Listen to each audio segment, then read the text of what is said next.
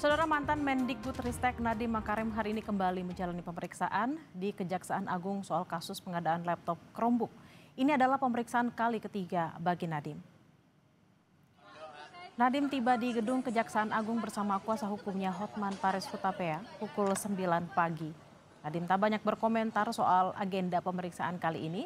Ia hanya membenarkan pemeriksaannya kali ini kembali sebagai saksi. Kejagung telah menetapkan 4 tersangka dalam kasus dugaan korupsi pengadaan laptop berbasis Chromebook di Kemendikbudristek tahun 2019 hingga 2022. Ya, 22 maksud kami, yang merugikan negara hingga 1,98 triliun rupiah. Sebelumnya saudara, Nadiem telah menjalani 2 kali pemeriksaan di Kejaksaan Agung dalam kasus pengadaan laptop Chromebook di Kemendikbudristek saat ia masih menjabat sebagai menteri. Pemeriksaan pertama sebagai saksi pada tanggal 23 Juni, Nadiem diperiksa soal pengetahuannya soal pengadaan laptop dan rapat pada 6 Mei 2020. Sementara pemeriksaan kedua pada 15 Juli 2025 yang berlangsung selama 9 jam.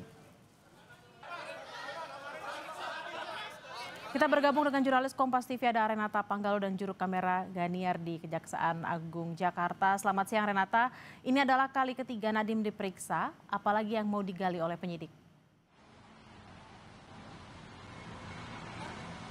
Ya, selamat siang Bella, tentunya ini masih berkaitan dengan dugaan kasus korupsi, korupsi pengadaan laptop Chromebook di Kemendikbudristek pada periode 2020 hingga 2022.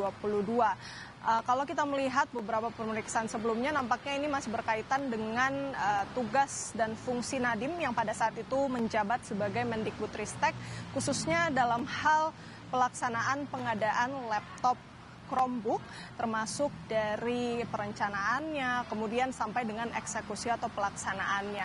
Dan sampai saat ini memang kalau kita hitung tadi pemeriksaan dimulai sekiranya pada pukul 9 dan sekarang waktu sudah menunjukkan pukul 12 yang berarti sudah kurang lebih 3 jam Nadiem Makarim ini diperiksa sebagai saksi. Dan ini bukanlah kali pertama Nadiem diperiksa karena pada tanggal 23 Juni dan pada tanggal 15 Juli Nadiem pun juga sudah diperiksa sebagai saksi dalam kasus dugaan korupsi pengadaan laptop Chromebook di lingkungan Kemendikbudristek. Sejauh ini polisi, maksud kami Kejaksaan Agung sudah menetapkan 4 tersangka. Yang pertama adalah mantan staf khusus Nadiem Makarim, Juristan. Yang kedua adalah mantan konsultan Kemendikbudristek Ibrahim Arif. Yang ketiga, Direktur Sekolah Dasar Kemendikbudristek periode 2020-2021, Sri Wahyuningsi. Dan yang keempat ini adalah Direktur Sekolah Menengah Pertama SMP Kemendikbudristek 2020-2021 bernama Mulyatsyah. Sebelumnya Kejagung juga sudah membongkar ataupun mengatakan begitu ya kronologi dari peristiwa korupsi pengadaan laptop Chromebook ini. Ada beberapa peran Nadiem sebenarnya, namun yang menarik untuk digarisbawahi ini adalah pada saat Nadiem Makarim kemudian memimpin rapat pada tanggal 6 Mei 2020. Dalam rapat tersebut Nadiem mengarahkan 4 tersangka untuk melaksanakan pengadaan perangkat TIK yang berbasis Chrome OS dari Google. Pengadaan laptop berbasis Chrome OS ini atau sistem operasi Chrome ini dianggap janggal maksud kami oleh Kejagung sebab sistem operasi Chrome ini bukan menjadi hal yang menonjol dalam kajian yang dilakukan oleh Kemendikbudristek.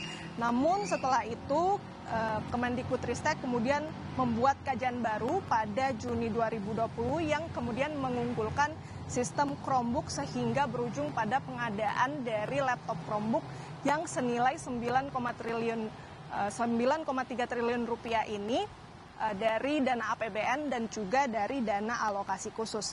Sejauh ini juga dari Kejagung sedang menelusuri keterkaitan dari investasi Google ke Gojek karena penyidik ini ingin mengetahui apakah ada keterkaitan antara investasi yang dilakukan oleh Google ke Gojek sebagai alasan dipilihnya kemudian Chromebook untuk menjadi barang pengadaan di era pada saat Nadiem Makarim ini menjabat sebagai Mendikbudristek. Kita masih menunggu pemeriksaan dilakukan sampai saat ini sudah berlangsung selama 3 jam, Bella.